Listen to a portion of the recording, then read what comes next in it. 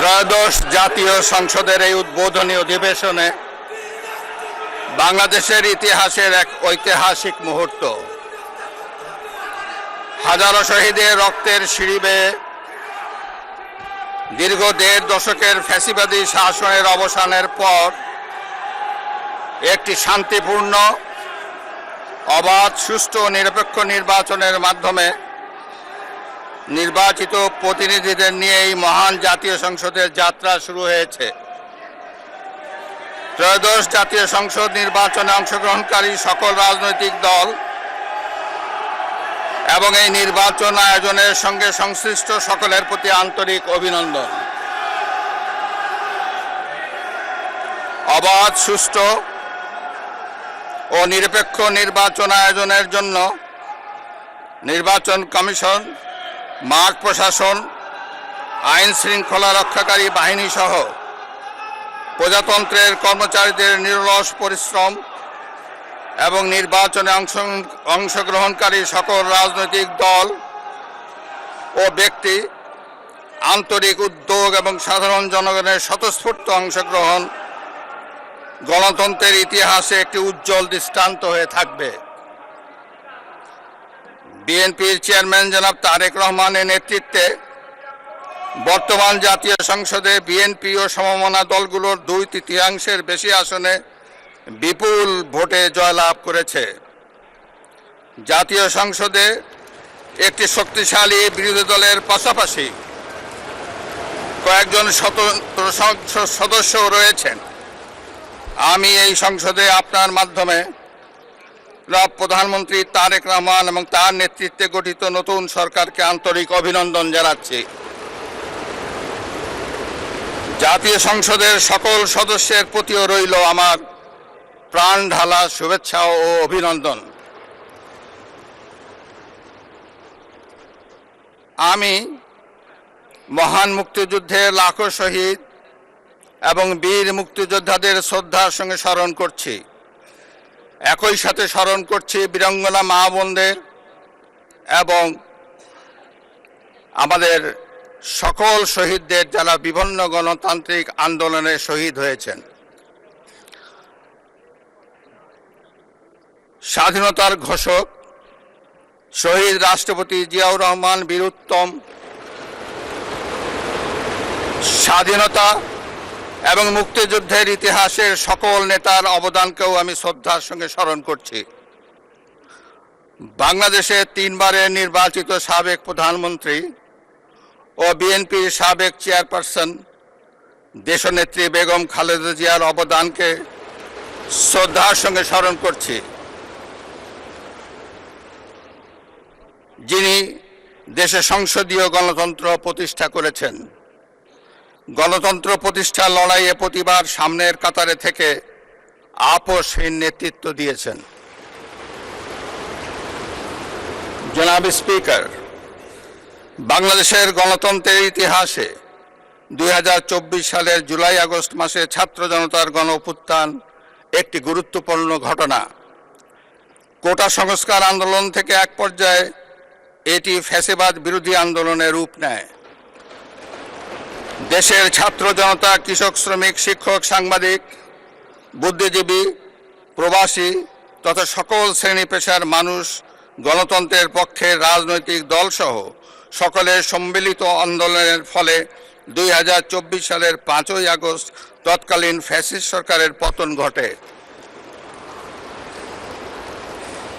হাজারো শহীদের রক্তের উপর দিয়ে তাবেদার ও ফ্যাসিবাদ মুক্ত নতুন গণতান্ত্রিক বাংলাদেশের সূচনা হয়।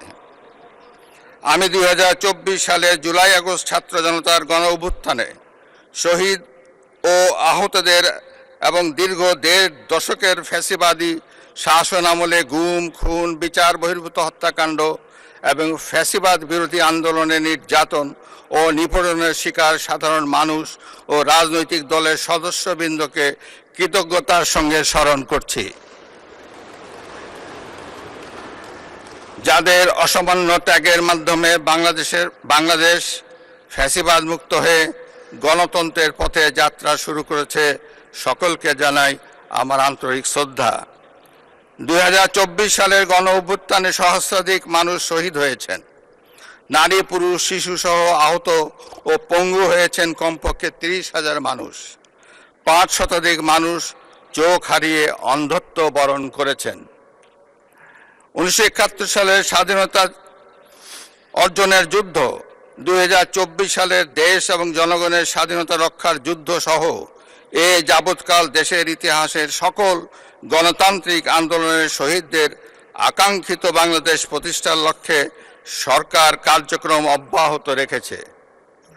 2024 সালে ছাত্র জনতার গণ অভ্যুত্থানে আহতদের দেশের বিভিন্ন হাসপাতালে চিকিৎসা চলমান রয়েছে।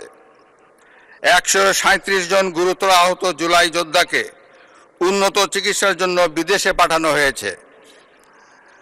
আহতদের 12,043টি স্বাস্থ্য কার্ড দেওয়া হয়েছে। 1971 সালের বীর মুক্তিযোদ্ধা ও 2024 সালের জুলাই যোদ্ধাদের চিকিৎসা সহায়তা ও ভাতা অনলাইন ব্যাংকিং সিস্টেমে পরিচালিত হচ্ছে। সরকার জুলাই গণ অভ্যুত্থানের ইতিহাস সংরক্ষণ, গবেষণা, উন্নয়ন, দিবস উদযাপন সহ নানামুখী কার্যক্রম ও বাস্তবায়ন করে যাচ্ছে। বিশ্ব শিশু দিবস ও শিশু অধিকার সপ্তাহ 2025 উদযাপন উপলক্ষে 2025 সালের 6 অক্টোবর সরকার জুলাইয়ের গণ অভ্যুত্থানে শিশু শহীদদের 60টি পরিবারকে এককালীন 50,000 টাকা সমমূল্যের প্রাইজ বন্ড এবং সম্মাননা স্মারক প্রদান করেছে। ওসমানী উদ্যানে জুলাই স্মৃতিস্তম্ভ নির্মাণের উদ্যোগ গ্রহণ করা হয়েছে। জুলাই আগস্ট গণ অভ্যুত্থানের শহীদদের স্মরণে শহীদি মৃত্যুর নির্দিষ্ট স্থানে স্ট্রিট মেমোরি স্ট্যাম্প স্থাপনের উদ্যোগ গ্রহণ করা হয়েছে। শহীদদের কবর সংরক্ষণ করা হয়েছে। জুলাই শহীদদের স্মৃতি অম্লান রাখতে জুলাই অভ্যুত্থানের স্মৃতি জাদুঘর এবং 64টি জেলায় স্মৃতিস্তম্ভ স্থাপন করা হয়েছে। জাতীয়ভাবে 36 দিনব্যাপী জুলাই পুনর্জাগরণের অনুষ্ঠানমালা 2025 বাস্তবায়িত হয়েছে।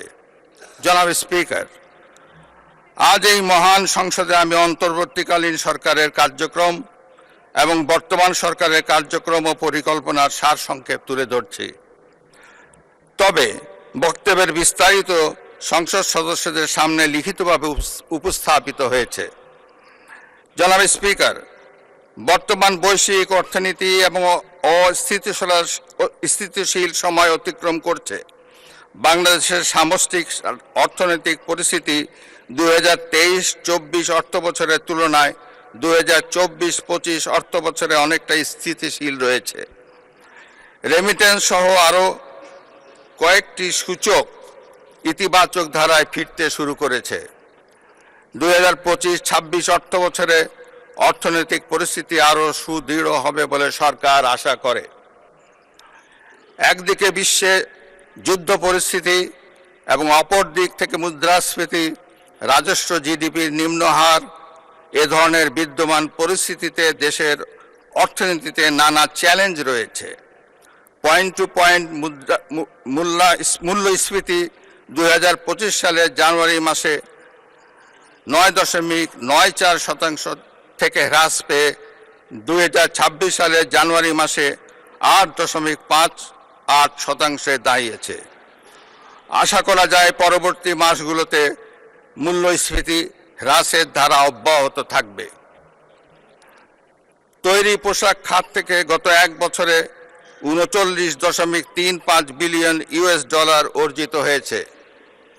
2024-25 অর্থ বছরে রপ্তানি 8.60% বৃদ্ধি পেয়ে 48,300 মিলিয়ন ইউএস ডলারে দাঁড়িয়েছে। 2026 সালের 19 ফেব্রুয়ারি বৈদেশিক মুদ্রা রিজার্ভ দাঁড়িয়েছে 34.78 বিলিয়ন ইউএস ডলার। বর্তমান সরকার আরও নতুন রপ্তানি খাত এবং রপ্তানি বাজার আরও সম্প্রসারিত করার লক্ষ্য নিয়ে সুনির্দিষ্ট কর্মসূচি বাস্তবায়নের কার্যক্রম শুরু করেছে। সরকার বাংলাদেশ ব্যাংক, রাষ্ট্রায়ত্ত বেসরকারি ব্যাংক, আর্থিক প্রতিষ্ঠান, বীমা কোম্পানি এবং পুঁজিবাজারের সঙ্গে সমন্বয়ের মাধ্যমে তদারকি কার্যক্রম উন্নতকরণ, আমানতকারীদের সুরক্ষা নিশ্চিতকরণ এবং খেলাপি ঋণ হ্রাসে গুরুত্ব দিয়েছে। বর্তমান সরকার ব্যাংক খাতে সুশাসন, মুদ্রাস্ফীতি নিয়ন্ত্রণ, সুদের হার যৌক্তিকরণ এবং জনগণের আস্থা ফিরিয়ে আনার জন্য কার্যকর নীতি প্রণয়ন করবে বলে আশা রাখি। এ লক্ষ্যে অর্থনৈতিক সংস্কার কমিশন গঠন করা হবে। পুঁজিবাজারের সংস্কারের জন্য একটি পুঁজিবাজার সংস্কার কমিশন গঠনের পাশাপাশি ফ্যাসিবাদের শাসন আমলে পুঁজিবাজারে সংগঠিত অনিয়মও তদন্ত করবে। জনাব স্পিকার, 2025-26 অর্থ বছরের এডিপি প্রণয়ন দেশের অর্থনৈতিক প্রবৃদ্ধি বজায় রাখা, বেকারত্ব হ্রাস, কর্মসংস্থানের সুযোগ সৃষ্টি, দরিদ্র বিমোচন, কৃষি ও শিল্পের উন্নয়ন, মানব সম্পদ উন্নয়ন এবং জীবনমান উন্নয়নে বিশেষ গুরুত্ব দেওয়া হয়েছে। বর্তমান সরকার অর্থনীতির গণতন্ত্রায়ন, অলিগার্কিক কাঠামো ভেঙে জনগণের অংশগ্রহণ নিশ্চিত করবে। ঋণ নির্ভর অর্থনীতিকে বিনিয়োগ নির্ভর অর্থনীতিতে রূপান্তরই হবে বর্তমান সরকারের মূল লক্ষ্য। কর্মসংস্থান সৃষ্টি ও সম্পদ তৈরিতে বিনিয়োগ নির্ভর অর্থনীতি হবে চালিকা শক্তি। বর্তমান সরকার 2034 সালের মধ্যে $1 ট্রিলিয়ন অর্থনীতি গড়ে তোলার লক্ষ্যমাত্রা নির্ধারণ করেছে। বাংলাদেশের কৃষি খাত, খাদ্য ও পুষ্টি নিরাপত্তা নিশ্চিতকরণ, কর্মসংস্থান সৃষ্টি, দারিদ্র্য হ্রাস এবং অর্থনৈতিক স্থিতিশীলতা অর্জনের গুরুত্বপূর্ণ ভূমিকা করছে। বর্তমান সরকার কৃষক ও কৃষি উন্নয়নকে অগ্রাধিকার দিয়ে কৃষক কার্ডের মাধ্যমে কৃষক ও কৃষির সার্বিক সুরক্ষা নিশ্চিত করার পদক্ষেপ গ্রহণ করেছে। বর্তমান সরকার ইতিমধ্যে 10,000 টাকা পর্যন্ত সুদসহ কৃষি ঋণ মওকুফ করার সিদ্ধান্ত ঘোষণা করেছে। এর ফলে 11 লাখেরও বেশি কৃষক সরাসরি উপকৃত হবে। জনাব স্পিকার, 2024 সালের গণঅভ্যুত্থানের উদ্দেশ্য ছিল ফ্যাসিবাদের পতন ঘটিয়ে জনগণের সরাসরি ভোটে জনগণের কাছে জবাবদিহিমূলক সরকার গঠনের মাধ্যমে একটি বৈষম্যহীন ন্যায়ভিত্তিক গণতান্ত্রিক রাষ্ট্র এবং সমাজ বিনির্মাণ। সেই লক্ষ্য অর্জনে ফ্যাসিবাদ পতন পরবর্তী সরকার কর্তৃক রাষ্ট্র মেরামতের অংশ হিসাবে জনগুরুত্বপূর্ণ খাত সংস্কারের লক্ষ্যে 11টি সংস্কার কমিশন গঠন করা হয়েছিল। বর্তমান সরকারও করব কাজ, গড়ব দেশ, সবার আগে বাংলাদেশ, এই স্লোগানকে উপজীব্য করে দলীয় নির্বাচনী ইশতেহার ঘোষণা করেছিল। ইশতেহারে রাষ্ট্র ব্যবস্থার সংস্কারের গণতন্ত্র, জবাবদিহিতা ও সুশাসন এই 3টি বিষয়কে অগ্রাধিকার দেওয়া হয়েছে। তবে সরকারের সকল পরিকল্পনা বাস্তবায়নের জন্য প্রয়োজন কঠোর হস্তে দুর্নীতি নিয়ন্ত্রণ এবং আইন শৃঙ্খলা পরিস্থিতির উন্নয়ন। এই 2টি বিষয় নিয়ন্ত্রণে বর্তমান সরকার দৃঢ়তার সঙ্গে কাজ করছে। দেশে দুর্নীতি নিয়ন্ত্রণে বিএনপি সরকারের ট্র্যাক রেকর্ড রয়েছে। তৎকালীন আওয়ামী লীগ সরকারের বাংলাদেশকে দুর্নীতিতে চ্যাম্পিয়ন বানিয়ে 2001 সালের জুন মাসে ক্ষমতা থেকে বিদায় নিয়েছিল। 2001 সালের অক্টোবর মাসে পূর্ববর্তী সরকারের রেখে যাওয়া দুর্নীতিতে চ্যাম্পিয়ন বাংলাদেশের দায়িত্ব নিয়ে বেগম খালেদা জিয়ার নেতৃত্বাধীন সরকার দুর্নীতি দমনে কঠোর পদক্ষেপ গ্রহণ করে। এছাড়া দুর্নীতি প্রতিরোধের লক্ষ্যে দুর্নীতি দমন কমিশন আইন 2004 প্রণয়ন করে। এর ফলে বিশ্বে দুর্নীতিতে চ্যাম্পিয়ন হওয়ার কলঙ্ক থেকে বাংলাদেশ মুক্তি পায়। 2006 সালের অক্টোবর মাসে বিএনপি যখন রাষ্ট্র ক্ষমতা থেকে বিদায় নেয়, তার অনেক আগেই বিশ্বে দুর্নীতিতে চ্যাম্পিয়নের কলঙ্ক থেকে মুক্ত হয়ে বাংলাদেশ এশিয়ার ইমার্জিং টাইগার হিসাবে স্বীকৃতি পায়। এবারও দুর্নীতি দমন এবং আইন শৃঙ্খলা নিয়ন্ত্রণই হবে বর্তমান সরকারের প্রথম এবং প্রধান অগ্রাধিকার। জনাব স্পিকার, দেশের অর্ধেকেরও বেশি নারী শক্তিকে রাষ্ট্র রাজনীতির মূলধারার বাইরে রেখে স্বনির্ভর বাংলাদেশ গড়ে তোলা সম্ভব নয়। নারীর অর্থনৈতিক ক্ষমতায়ন নিশ্চিত করতে বর্তমান সরকার নানামুখী পদক্ষেপ গ্রহণ করেছে। এরই অংশ হিসাবে বর্তমান সরকার দেশের প্রতিটি পরিবারের নারী প্রধানের নামে ফ্যামিলি কার্ড ইস্যু করার কার্যক্রম চালু করেছে। প্রতিটি পরিবারে নারী প্রধানের নামে ফ্যামিলি কার্ড ইস্যু হলেও প্রথম পর্যায়ে প্রান্তিক ও নিম্ন আয়ের পরিবারগুলোকে আত্মনির্ভরশীল হতে ফ্যামিলি কার্ডের মাধ্যমে নগদ ২৫০০ টাকা কিংবা সমপরিমাণ প্রয়োজনীয় খাদ্য সহায়তা দেওয়া হবে। সরকার ইতোমধ্যে দেশের ১৪টি জেলায় পাইলট প্রকল্প হিসাবে ফ্যামিলি কার্ড চালু করেছে। সহায়তার পরিমাণের চেয়েও এই ফ্যামিলি কার্ডকে সরকার নারীর অর্থনৈতিক ক্ষমতায়নের প্রতীক হিসাবে বিবেচনা করছে। সরকার দেশের দুর্যোগ ব্যবস্থাপনা পদ্ধতিকে শক্তিশালী করার লক্ষ্যে সংস্কার সহ বিভিন্ন কর্মসূচি বাস্তবায়ন করছে, যা সার্বিক ঝুঁকি হ্রাস ব্যবস্থাপনা উত্তরণে সহায়তা করছে। উক্ত কার্যক্রমগুলোর মধ্যে রয়েছে গ্রামীণ রাস্তায় ১৫ মিটার দৈর্ঘ্য পর্যন্ত সেতু, কালভার্ট নির্মাণ, বন্যা আশ্রয় কেন্দ্র ও বহুমুখী ঘূর্ণিঝড় আশ্রয় কেন্দ্র নির্মাণ, অতি দরিদ্রদের জন্য কর্মসৃজন কর্মসূচি, হেরিংবন রাস্তা নির্মাণ, বহুমুখী উদ্ধার ও অনুসন্ধান কাজের জন্য যন্ত্রপাতি, নৌযান সংগ্রহ, পরিচালনা ও রক্ষণাবেক্ষণ, টিআর, কাবিটা, সিপিপি কর্মসূচি এবং শরণার্থী বিষয়ে কার্যক্রম হাতে নিয়েছে। সরকার দরিদ্র বিমোচন, সামাজিক সুরক্ষা ও অন্তর্ভুক্তিমূলক উন্নয়নের উপর বিশেষ গুরুত্ব দিয়ে আসছে। দেশের প্রতিবন্ধী ব্যক্তি, বয়স্ক, বিধবা, স্বামী নিগৃহীতা নারী, দুস্থ ও অসহায় জনগোষ্ঠীর জন্য সামাজিক নিরাপত্তা, মানব সম্পদ উন্নয়ন ও পুনর্বাসনমূলক কার্যক্রমের আওতায় ১,৩০,০০,০০০-এরও বেশি মানুষ উপকৃত হচ্ছেন। বর্তমান সরকার বিশেষ চাহিদা সম্পন্ন জনগোষ্ঠীর কল্যাণ নিশ্চিত করতে বিশেষায়িত স্বাস্থ্যসেবা ইউনিট ও স্কুল প্রতিষ্ঠা, কারিগরি শিক্ষায় স্কলারশিপ প্রদান করবে। তাদের সেবা নিশ্চিত করতে স্বতন্ত্র অধিদপ্তর গঠন করা হবে। জনাব স্পিকার, সাবেক প্রধানমন্ত্রী মরহুমা বেগম খালেদা জিয়া সরকারের সময় মেয়েদের অবৈতনিক শিক্ষা চালু করা হয়েছিল। একই ধারাবাহিকতায় দেশে নারী শিক্ষার প্রসারে দ্বাদশ শ্রেণী পর্যন্ত মেয়েদের শিক্ষা অবৈতনিক এবং স্নাতক পাস ও সমমান অর্থ পর্যন্ত উপবৃত্তি কার্যক্রম চালু রয়েছে। একই ধারাবাহিকতায় বর্তমান সরকার নারীদের জন্য স্নাতকোত্তর পর্যায়েও অবৈতনিক শিক্ষার সুযোগ সৃষ্টির পরিকল্পনা গ্রহণ করেছে।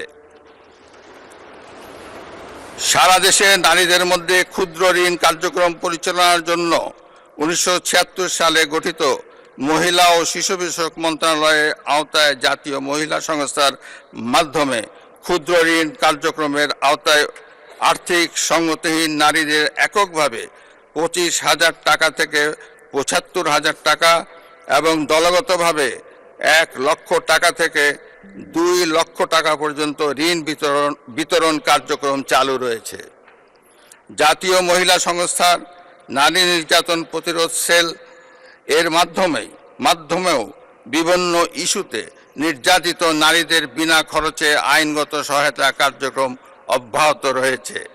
এসব কার্যক্রম অব্যাহত রাখার পাশাপাশি নারীদের আত্মনির্ভরশীল করে তুলতে বর্তমান সরকার ফ্যামিলি কার্ড প্রবর্তন ছাড়াও আরও কিছু কার্যক্রম চালু করেছে। জনাব স্পিকার, পরিবেশ দূষণ ও জলবায়ু পরিবর্তনের অভিঘাত মোকাবেলায় সরকার নিরলসভাবে কাজ করে যাচ্ছে। বর্তমান সরকার আগামী ৫ বছরে স্বেচ্ছাশ্রম ও সরকারি উদ্যোগে সারা দেশে ২৫ কোটি বৃক্ষরোপণ ও সবুজ কর্মসংস্থানের সৃষ্টি কাজ শুরু করেছে। প্রতি বছর 5 কোটি বৃক্ষরোপণের পরিকল্পনা বাস্তবায়নের কাজ ইতিমধ্যে শুরু হয়েছে। এই কর্মসূচি সুষ্ঠুভাবে বাস্তবায়ন করতে বৃক্ষ চারা উৎপাদনের জন্য 10,000 নতুন নার্সারি উদ্যোক্তা গড়ে তোলা হবে, যা 2.5 লক্ষাধিক কর্মসংস্থান তৈরি করবে। 2025 সালের জানুয়ারি মাস থেকে দেশের সকল ভূমি সেবা একটি সমন্বিত ডিজিটাল প্ল্যাটফর্মে অন্তর্ভুক্ত করা হয়েছে। Land service gateway, mutation system, ভূমি উন্নয়ন কর সিস্টেম, ভূমি রেকর্ড ও ম্যাপ ব্যবস্থাপনা সিস্টেম এবং ভূমি প্রশাসন ব্যবস্থাপনা সিস্টেম সমূহের দ্বিতীয় ভার্সন শুরু করা হয়েছে। নাগরিকদের জন্য ভূমি সেবা সহায়তা নির্দেশিকা 2025 এবং ভূমি সেবায় অভিযোগ ব্যবস্থাপনা নির্দেশিকা 2026 প্রণয়ন করা হয়েছে। দেশের 889টি ভূমি সেবা সহায়তা কেন্দ্র এবং কল সেন্টার 16122 চালু করা হয়েছে। বর্তমান সরকার এসব কার্যক্রম সুসংগত ও সমন্বিত করে জনগণের হয়রানি রোধ এবং দ্রুত সেবা প্রাপ্তি নিশ্চিত করার কার্যক্রম চালু করেছে। সরকার ভূমি ব্যবস্থাপনাকে আধুনিক এবং সহজ করতে জনগণের কাছে অঙ্গীকারাবদ্ধ। জনাব স্পিকার, দেশের পানি সম্পদের ন্যায্য হিস্সা নিশ্চিত করতে বর্তমান সরকার বদ্ধপরিকর। তিস্তা মহাপরিকল্পনা এবং পদ্মা ব্যারেজ বাস্তবায়নের মাধ্যমে উত্তরাঞ্চল এবং দক্ষিণাঞ্চলের পানি নিরাপত্তা, বন্যা ও মরুকরণ প্রতিরোধ নিশ্চিত করা হবে। একই সঙ্গে বর্তমান সরকার শহীদ প্রেসিডেন্ট জিয়াউর রহমান প্রবর্তিত স্বেচ্ছাশ্রম খাল খনন কর্মসূচি পুনঃ বাস্তবায়নের মাধ্যমে সারা দেশে 20,000 কিলোমিটার নদী ও খাল খনন, পুনঃখনন ও পুনরুদ্ধারের বিষয়ে ইতোমধ্যে কাজ শুরু করেছে। বিদ্যমান বন্দর ব্যবস্থাপনাকে আরও কার্যকর করে চট্টগ্রামের সমুদ্র বন্দর, বিমানবন্দর, সামুদ্রিক এলাকা ও উপকূলীয় অঞ্চলের সম্ভাবনাকে কাজে লাগিয়ে বর্তমান সরকার চট্টগ্রামকে আঞ্চলিক লজিস্টিক হাব হিসাবে গড়ে তোলার লক্ষ্যে কার্যক্রম শুরু করেছে। চট্টগ্রাম বন্দরে জাহাজে ওয়েটিং টাইম শূন্য পর্যায়ে রাখা গেলে বন্দর ব্যবস্থাপনায় কাঙ্ক্ষিত উন্নয়ন সাধিত হবে বলে সরকার আশা করে। সরকার গ্রামীণ ও নগর অবকাঠামো উন্নয়ন, নিরাপদ পানি সরবরাহ, স্যানিটেশন ও হাইজিন এবং স্থানীয় সরকার প্রতিষ্ঠানসমূহকে শক্তিশালী করার মাধ্যমে জনগণের দোরগোড়ায় সেবা পৌঁছে দেওয়ার চেষ্টা করছে। এলজিইডির মাধ্যমে সড়ক উন্নয়ন ও ফুটপাত, সেতু ও কালভার্ট, সাইক্লোন শেল্টার এবং উপজেলা কমপ্লেক্স ভবন নির্মাণ এবং সম্প্রসারণ করা হচ্ছে। পার্বত্য চট্টগ্রাম অঞ্চল এবং অঞ্চলের জনগোষ্ঠীর আর্থসামাজিক অগ্রগতি, অবকাঠামো এবং অন্যান্য খাতসমূহ টেকসই উন্নয়নের লক্ষ্যে সরকার নিরলসভাবে কাজ করে যাচ্ছে। পার্বত্য চট্টগ্রাম অঞ্চলের উন্নয়ন ও নিরাপত্তার ক্ষেত্রে শহীদ রাষ্ট্রপতি জিয়াউর রহমানের ভূমিকা ছিল অপরিসীম। তিনিই প্রথম পাহাড়ি জনগোষ্ঠী ও সরকারের মধ্যে চলমান সংঘাত নিরসনের জন্য শান্তির উদ্যোগ গ্রহণ করেন এবং উন্নয়নের ধারা অব্যাহত রাখেন। জনাব স্পিকার, 1978 সালে প্রতিষ্ঠিত যুব উন্নয়ন অধিদপ্তর প্রতিষ্ঠার পর থেকে যুব উন্নয়নে, বিশেষ করে যুবাদের আত্মকর্মসংস্থান সৃষ্টিতে গুরুত্বপূর্ণ কার্যক্রম বাস্তবায়ন করে চলেছে। বিদ্যমান কর্মসূচি ছাড়াও বর্তমান সরকার সকল মহানগর ও সারা দেশে যুব উন্নয়নে কর্মসংস্থান প্রশিক্ষণ সহ বিস্তারিত কার্যক্রম বাস্তবায়ন শুরু করেছে। বিভিন্ন আর্থসামাজিক কর্মসূচি ছাড়াও ক্রীড়াকে পেশা হিসাবে প্রতিষ্ঠিত করতে বর্তমান সরকার ফুটবল, ক্রিকেট, দাবা, সাঁতার, ক্যারাটে, ভলিবল, ব্যাডমিন্টন, অ্যাথলেটিক্স সহ বিভিন্ন খেলাধুলাকে একাডেমিক কারিকুলামে একটি আলাদা বিষয় হিসাবে অন্তর্ভুক্ত করার সিদ্ধান্ত নিয়েছে এবং সারা দেশে নতুন 20 স্পোর্টস কর্মসূচির মাধ্যমে প্রতিভা অন্বেষণের কার্যক্রম শুরু হয়েছে। প্রায় 2 দশক ধরে আমাদের দেশের সাংস্কৃতিক অঙ্গনে সীমাহীন অধোগতি হয়েছে। সংস্কৃতির নামে নানা প্রবণতা দেশের মানুষের চেতনা ও মননে যে ক্ষতির সৃষ্টি করেছে তা খুবই উদ্বেগের বিষয়। এই সংকট দেশের ভাষা, সংস্কৃতি ও কৃষ্টিকে বিপন্ন করে তুলেছে। এই সমস্যাকে বর্তমান সরকার বিবেচনায় নিয়েছে এবং সুস্থ ও সাবলীল গণতান্ত্রিক সংস্কৃতি বজায় রাখতে নানা গুরুত্বপূর্ণ কর্মসূচি হাতে নিয়েছে, যা বাংলাদেশে নতুন চেতনার উন্মেষ ঘটাবে। জনাব স্পিকার, সরকারি ও বেসরকারি ব্যবস্থাপনায় 2026 সালে মোট 78,500 জন হজযাত্রী হজ পালন করবেন। হজ যাত্রীদের ফ্লাইট খরচ কমানোর জন্য বর্তমান সরকার উদ্যোগ নিয়েছে। একই সঙ্গে সমাজের প্রতিটি শ্রেণী পেশার মানুষের জীবনমান উন্নয়নে বর্তমান সরকার সাধ্যমতো আর্থিক সহায়তা কার্যক্রম হাতে নিয়েছে। এরই অংশ হিসাবে সরকার দেশের 3.5 লক্ষাধিক মসজিদের খতিব, ইমাম মুয়াজ্জিন সাহেবদের সরকারি ব্যবস্থাপনায় ধারাবাহিকভাবে মাসিক সম্মানী প্রদানের কার্যক্রম শুরু করেছে। পবিত্র রমজান মাসের থেকেই এই উদ্যোগ ধারাবাহিকভাবে বাস্তবায়নের কাজ শুরু হয়েছে।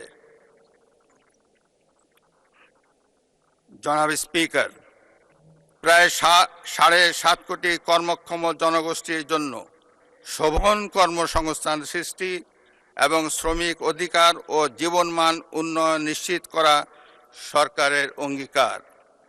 বর্তমান সরকার বিদ্যমান শ্রমবাজার সংরক্ষণের পাশাপাশি নতুন শ্রমবাজার সৃষ্টি সুনির্দিষ্ট পরিকল্পনা গ্রহণ করেছে। দেশব্যাপী কর্মসংস্থান সৃষ্টির লক্ষ্যে জেলা ও উপজেলা পর্যায়ে সরকারি এমপ্লয়মেন্ট এক্সচেঞ্জ চালু করা হবে। বিদেশে কর্মসংস্থানের জন্য ভাষা ও দক্ষতা প্রশিক্ষণ, চাহিদাভিত্তিক ও যুগোপযোগী শিক্ষা, উচ্চশিক্ষা প্রতিষ্ঠানে প্রশিক্ষণ ও ক্যারিয়ার সেন্টার স্থাপন করা হবে। দেশে বিদেশে প্রবাসীদের স্বার্থ সংশ্লিষ্ট তথ্য এবং নির্দেশনা সম্বলিত প্রবাসী কার্ড চালু করা হবে। 2025 সালে প্রবাসী কল্যাণ ও বৈদেশিক কর্মসংস্থান মন্ত্রণালয়ের মাধ্যমে বিদেশে প্রেরিত কর্মীর সংখ্যা 11,31,000। বর্তমান সরকার 5 বছরে 1 কোটি জনশক্তি বিদেশে পাঠানোর লক্ষ্যমাত্রা নির্ধারণ করেছে। উপজেলায় তালিকাভুক্তদের প্রশিক্ষণ, ভাতা প্রদান ও দরিদ্রদের ন্যূনতম খরচে প্রবাসে প্রেরণ করা হবে। চাকরি নিয়ে বিদেশে যাওয়ার পথ সুগম করতে সংশ্লিষ্টদের প্রয়োজন অনুযায়ী সর্বোচ্চ 10 লাখ টাকা পর্যন্ত সহজ শর্তে ঋণ প্রদান করা হবে। জনাব স্পিকার,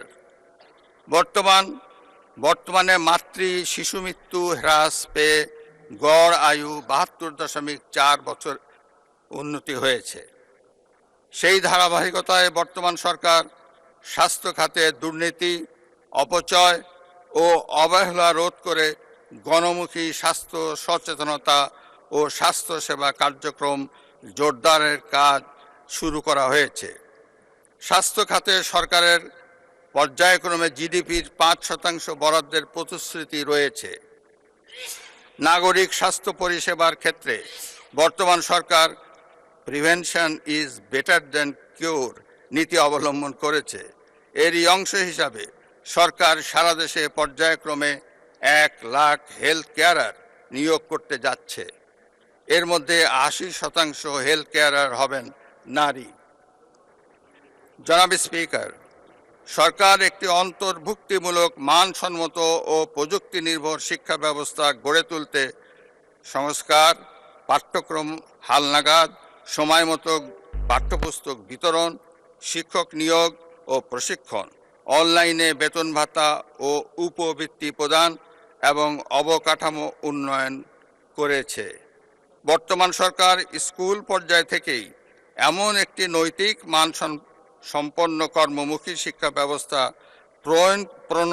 প্রণয়ন করতে চায়, যেখানে শিক্ষিত বেকার জনগোষ্ঠী তৈরি হবে না। কোনো কারণে শিক্ষাবর্ষের যে কোনো পর্যায় থেকে কোনো শিক্ষার্থী ড্রপ আউট হয়ে গেলেও যাতে বেকার থাকতে না হয়, সেটি মাথায় রেখেই ব্যবহারিক এবং কারিগরি শিক্ষাকে প্রাধান্য দিয়ে শিক্ষা কারিকুলাম সংস্কারের উদ্যোগ নিয়েছে। One teacher one tab, multimedia classroom, learning with happiness, বাধ্যতামূলক তৃতীয় ভাষা শিক্ষা, সবার জন্য কারিগরি শিক্ষা, ক্রীড়া ও দেশীয় সংস্কৃতি শিক্ষায় গুরুত্ব আরোপ করা হবে। রাষ্ট্রীয় দিবসগুলোতে প্রাথমিক ও মাধ্যমিক স্কুল এবং মাদ্রাসা শিক্ষকদের আমন্ত্রণ জানানো হবে। তথ্য ও সম্প্রচার মন্ত্রণালয় বর্তমান কার্যক্রমকে সর্বাধুনিক তথ্য নির্ভর করে ঢেলে সাজানো হবে। প্রচলিত গণমাধ্যমের পাশাপাশি নিউ মিডিয়াকে অগ্রাধিকার ভিত্তিতে ব্যবহার করা হবে। জনগণের তথ্য প্রাপ্তির অধিকারকে নিশ্চিত করার পাশাপাশি অপতথ্য রোধে উদ্যোগ নেওয়া হবে। আধুনিক প্রযুক্তি নির্ভর বাংলাদেশ বিনির্মাণ, উন্নত টেলিযোগাযোগ সেবা এবং নিরাপদ ও টেকসই প্রযুক্তির উন্নয়ন নিশ্চিতকরণে সরকার কাজ করছে। বর্তমান সরকার তথ্য ও প্রযুক্তি খাতকে বিশেষ অগ্রাধিকার প্রাপ্ত খাত এবং দেশের অর্থনৈতিক প্রবৃদ্ধির নতুন চালিকা শক্তি হিসাবে চিহ্নিত করেছে। এ লক্ষ্য পূরণে সরকার বাংলাদেশকে বৈশ্বিক পর্যায়ে একটি অন্যতম এআই হাব এবং হার্ডওয়্যার উৎপাদন কেন্দ্রে পরিণত করবে। এই খাতে 10 লক্ষ নতুন কর্মসংস্থান সৃষ্টি, সবার জন্য দ্রুত ও নির্ভরযোগ্য ইন্টারনেট সেবা নিশ্চিত করা হবে।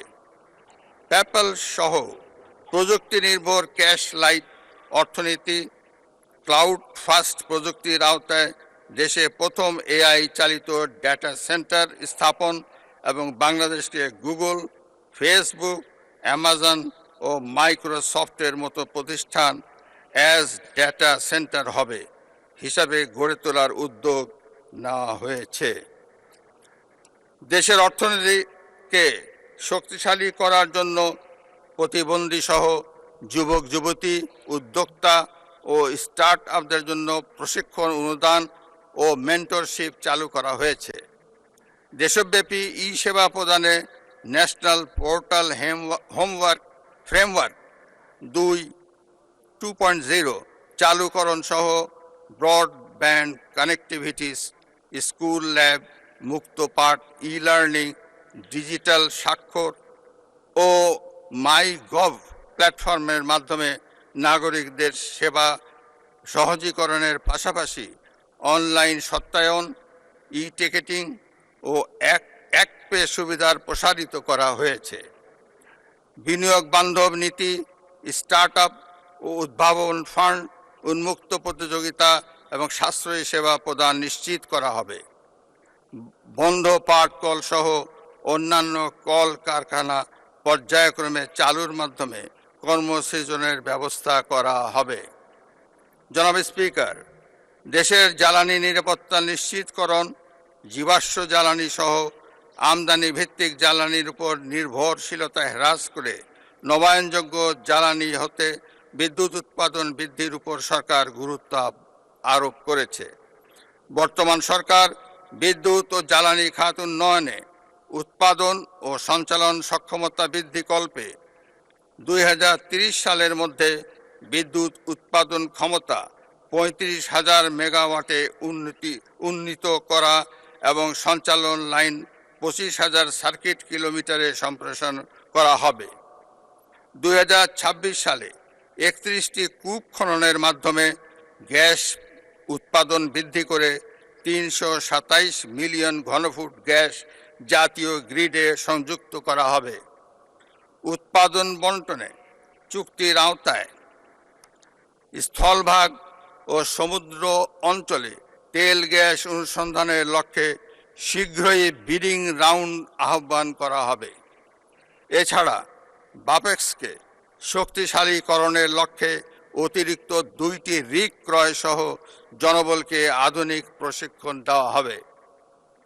জনাব স্পিকার, দেশের আর্থসামাজিক উন্নয়নে নিরাপদ, আধুনিক ও পরিবেশ বান্ধব সড়ক নেটওয়ার্ক গড়ে তুলতে সরকার কাজ করছে।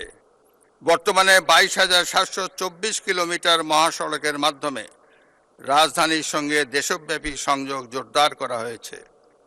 বর্তমান সরকার যোগাযোগ ও পরিবহন খাতে সড়ক পরিবহন ব্যবস্থা উন্নয়নের মাধ্যমে জাতীয় এক্সপ্রেসওয়ে গ্রিড গড়ে তুলবে। নৌ পরিবহন ব্যবস্থায় বৃত্তাকার জনপথ, নদী ও সমুদ্রবন্দর সংযোগ এবং আধুনিক ওয়াটার হাইওয়ে নির্মাণ করা হবে। সারা দেশে রেল যোগাযোগ ব্যবস্থা সম্প্রসারণ, রেল পরিচালনা আধুনিকায়ন এবং এক্সপ্রেস সার্ভিস বৃদ্ধি করা হবে।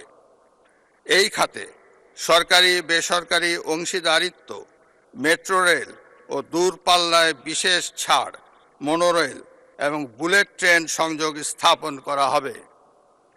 বিমান পরিবহন ব্যবস্থায় নিরাপদ কার্গো ও হয়রানিমুক্ত যাত্রী সেবা নিশ্চিত করা হবে।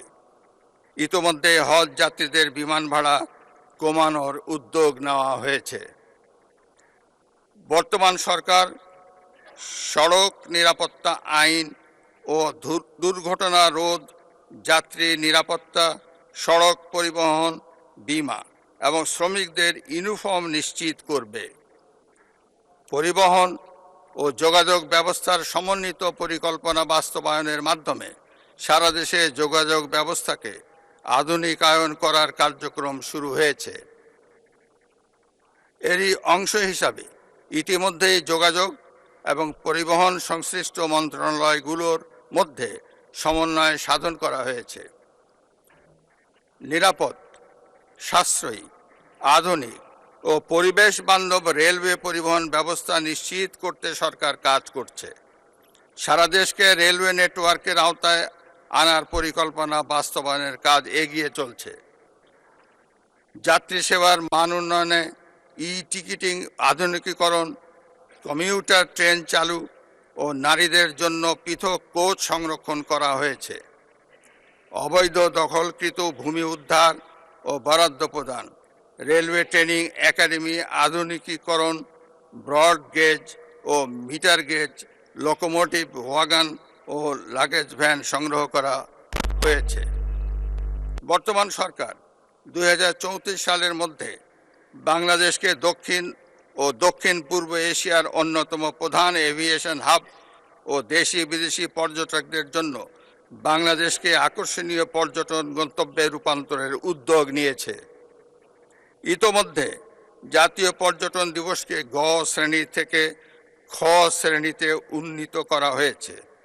হজরত শাহজালাল আন্তর্জাতিক বিমানবন্দরের 3য় টার্মিনাল সহ অন্যান্য অবকাঠামো নির্মাণের প্রথম পর্যায়ে প্রকল্পের কাজ প্রায় সমাপ্ত হয়েছে।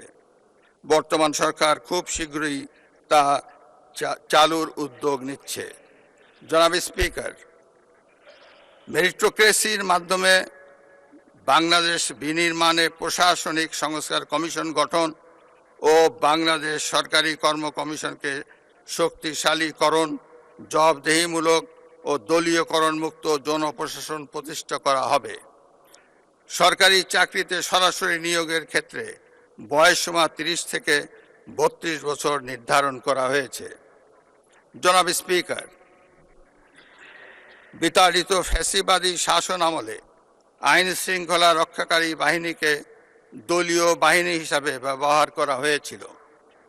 বর্তমান সরকার আইন শৃঙ্খলা রক্ষাকারী বাহিনীকে সম্পূর্ণ পেশাদার, আধুনিক এবং দক্ষ বাহিনী হিসাবে গড়ে তুলতে বদ্ধপরিকর। সেবাবান্ধব পুলিশ গঠন, পুলিশের নৈতিক মনোবল পুনর্গঠন, অনলাইন অভিযোগ দায়ের ব্যবস্থা সম্প্রসারণ, পুলিশ কমিশন অধ্যাদেশ পুনর্নিরীক্ষণ করা হবে। দেশের আইন শৃঙ্খলা রক্ষা এবং পুলিশের সক্ষমতা বাড়াতে বর্তমান সরকার পুলিশে আরও 4,000 সাব ইন্সপেক্টর এবং 10,000 নতুন কনস্টেবল নিয়োগ দিবে। একই সঙ্গে পুলিশ সার্জেন্টের 180 শূন্য পদে নিয়োগ চূড়ান্ত করবে। দেশে কারাগার ব্যবস্থাপনার অংশ হিসাবে 5টি নতুন কারাগার চালু করা হয়েছে। প্রযুক্তি নির্ভর ব্যবস্থাপনা, 16191 কল সেন্টার, ডিজিটাল বন্দি ব্যবস্থাপনার উদ্যোগ নেওয়া হয়েছে। আইন শৃঙ্খলার উন্নয়ন বর্তমান সরকারের সর্বোচ্চ অগ্রাধিকার। দেশের প্রতিটি নাগরিক যাতে ঘরে বাইরে শান্তি, স্বস্তি এবং নিরাপত্তা বোধ করেন, এটি নিশ্চিত করার লক্ষ্যেই সরকার সকল কার্যক্রম বাস্তবায়ন করছে। সারা দেশে আইন শৃঙ্খলা অবনতির অন্যতম কারণ হিসাবে বর্তমান সরকার অনলাইন জুয়া সহ সকল ধরনের জুয়া এবং মাদকের বিস্তারকে চিহ্নিত করেছে। ফলে জুয়া এবং মাদক নিয়ন্ত্রণে বর্তমান সরকার সারা দেশে বিশেষ অভিযান পরিচালনা শুরু করেছে। একই সঙ্গে অবৈধ অস্ত্র, গোলা বারুদ, ধারালো অস্ত্র ও হাতবোমা উদ্ধার এবং অপরাধীদের গ্রেপ্তার অভিযান চলবে। এছাড়া চিহ্নিত চাঁদাবাজ ও সন্ত্রাসীদের বিরুদ্ধে সুপরিকল্পিত অভিযান পরিচালনার উদ্যোগ নেওয়া হবে। জনাব স্পিকার, জুলাই আগস্ট 2024 পরবর্তী সময়ে বাংলাদেশ সেনাবাহিনী আইন শৃঙ্খলা রক্ষা, নির্বাচন সহায়তা, বন্যার্তদের উদ্ধার ও পুনর্বাসনে গুরুত্বপূর্ণ ভূমিকা পালন করেছে। পার্বত্য অঞ্চল ও জোরপূর্বক বাস্তুচ্যুত মিয়ানমারের নাগরিকদের ক্যাম্পে নিরাপত্তা নিশ্চিতের সুদূর প্রসারী ভূমিকা রাখছে। জাতিসংঘ শান্তিরক্ষা মিশনে দক্ষতার সঙ্গে অংশগ্রহণ করে দেশের ভাবমূর্তি উজ্জ্বল করেছে এবং আন্তর্জাতিক ক্রীড়াক্ষেত্রেও তাদের সফলতা উল্লেখযোগ্য। বর্তমান সরকার মনে করে সুশৃঙ্খল, রাজনীতিমুক্ত ও যুগ উপযোগী সক্ষমতায় গড়ে ওঠা প্রতিরক্ষা বাহিনীই কেবল দেশকে নিরাপদ রাখতে পারে। ফলে প্রতিরক্ষা ব্যবস্থা জোরদারে সুশৃঙ্খল ও আধুনিক সশস্ত্র বাহিনী গড়ে তুলে চতুর্মাত্রিক সক্ষমতা ও বিশ্বাসযোগ্য প্রতিরোধ ক্ষমতা নিশ্চিত করা হবে। বর্তমান সরকার একটি জাতীয় নিরাপত্তা কৌশল প্রণয়ন করবে। এতে মাল্টি ডোমেইন যুদ্ধ ক্ষমতা, স্থল, নৌ ও বিমান বাহিনীর শক্তিমত্তা এবং দেশীয় প্রযুক্তিগত সক্ষমতা বৃদ্ধিতে অগ্রাধিকার দেওয়া হবে।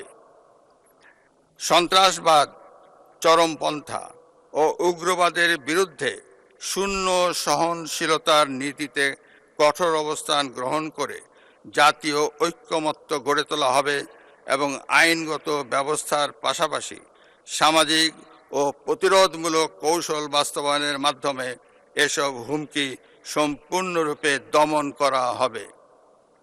জনাব স্পিকার, আইনের শাসন প্রতিষ্ঠা করার লক্ষ্যে সরকার অঙ্গীকারবদ্ধ। বর্তমান সরকার বিচার বিভাগের কার্যক্রম, স্বাধীনতা নিশ্চিতকরণ, মামলার জট হ্রাস ও বিচার প্রাপ্তি, হয়রানি মুক্তিকরণ, দুর্নীতিমুক্তকরণে বিচার সেবা আধুনিকীকরণ, বিচারপতি নিয়োগ আইন প্রণয়ন, জুডিশিয়াল কমিশন গঠন, সুপ্রিম জুডিশিয়াল কাউন্সিল ব্যবস্থার ধারাবাহিকতা রক্ষায় কাজ করে যাচ্ছে। জনাব স্পিকার, ফ্যাসিবাদ মুক্ত বাংলাদেশে বর্তমান সরকারের পররাষ্ট্র নীতির মূল দর্শন সবার আগে বাংলাদেশ।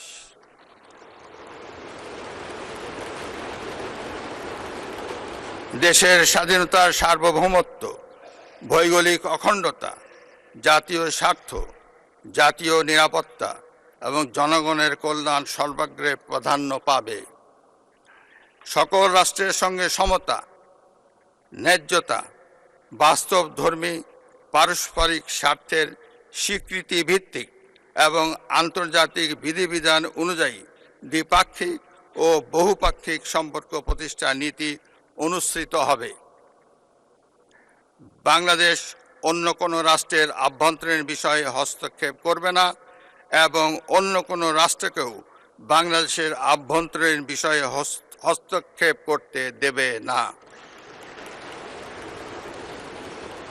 অর্থনৈতিক, বাণিজ্যিক ও অভিবাসন কূটনীতির উপর বিশেষ গুরুত্ব আরোপ করা হবে।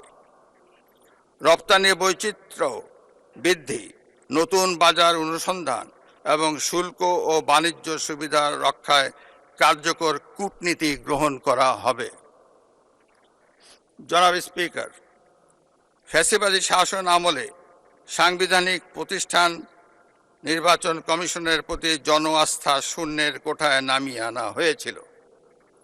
ত্রয়োদশ জাতীয় নির্বাচনের মাধ্যমে নির্বাচন কমিশনের প্রতি জনগণের আস্থা ফিরে এসেছে।